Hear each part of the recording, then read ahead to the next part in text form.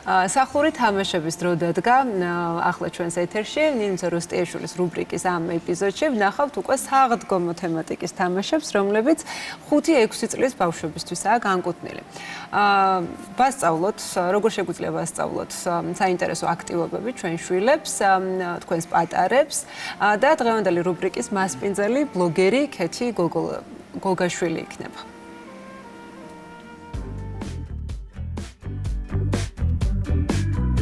დილამშვიდობისა საქართველო. დღეს უნდა მოვამზადოთ საღდგომო თემატიკის სახლური თამაშები 5-6 წლის ბავშვებისთვის. ხშირად ისმის შეკითხვა, როგორ შეიძლება ვასწავლოთ პატარებს ამბანი მარტივად და ხალისიანად. ეს რა თქმა უნდა მოხდეს თამაშის გზით და სწორედ ეს თამაში დაგეხმარებათ ამ პროცესში. ფურცელზე ვწერ სხვადასხვა ასოებს.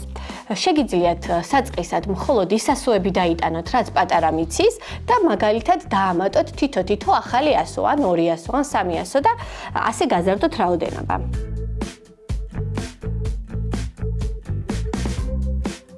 ეხლა ამ ასოებს ამოვჭრი მაგრატლის დახმარებით. თამაში ჩაერთვება ლილე, რომელიც დაგვეხმარება პროცესში. დედიკო, შეგიძლია ეს ამოჭრილი ასოები თითოეული ჩადო კვერცხში.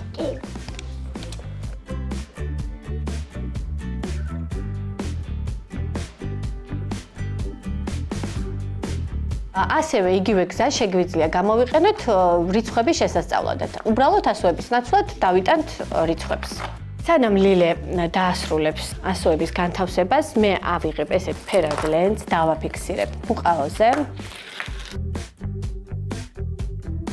იგივე ასოები გადამაქ ჩვენს ლენტაზე და ეხლა შეგვიძლია შევუდგეთ თამაშს.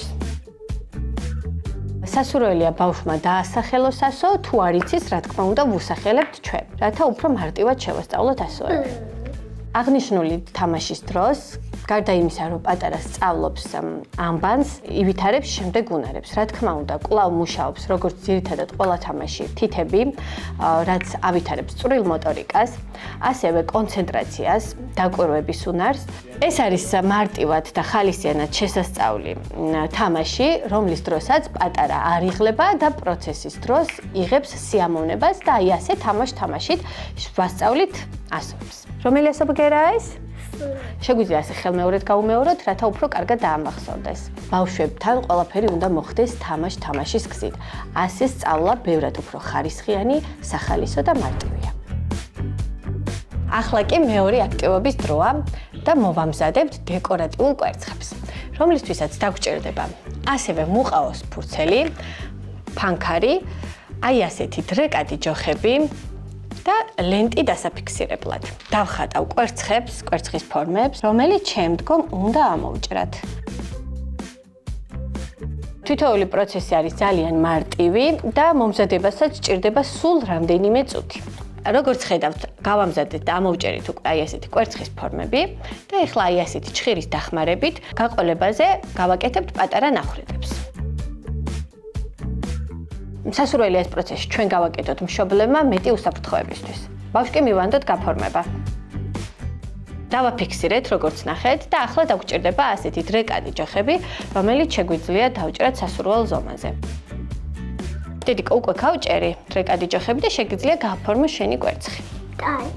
მსგავსი ტიპის თამაში ავითარებს ნატიფ მოტორიკას, ფანტაზიის უნარს, ბავშვი ვითარდება კრეატიულობა, ვითარებს ასევე აღქმის უნარს, დაკვირვების და კონცენტრაციის უნარს.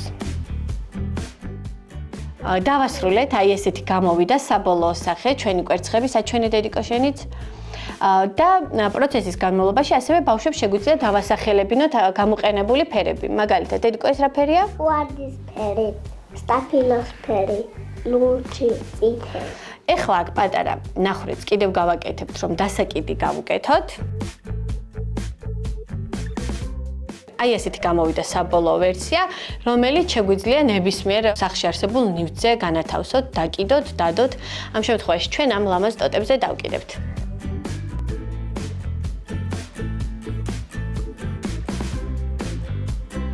ასეთი გამოვიდა ჩვენი დეკორატიული კვერცხები. დღეს მე და ლილი ამით დაგემშვიდობებით და იმედია თქვენს გაიმეორებთ იგივე აქტივობას თქვენს პატარებთან ერთად.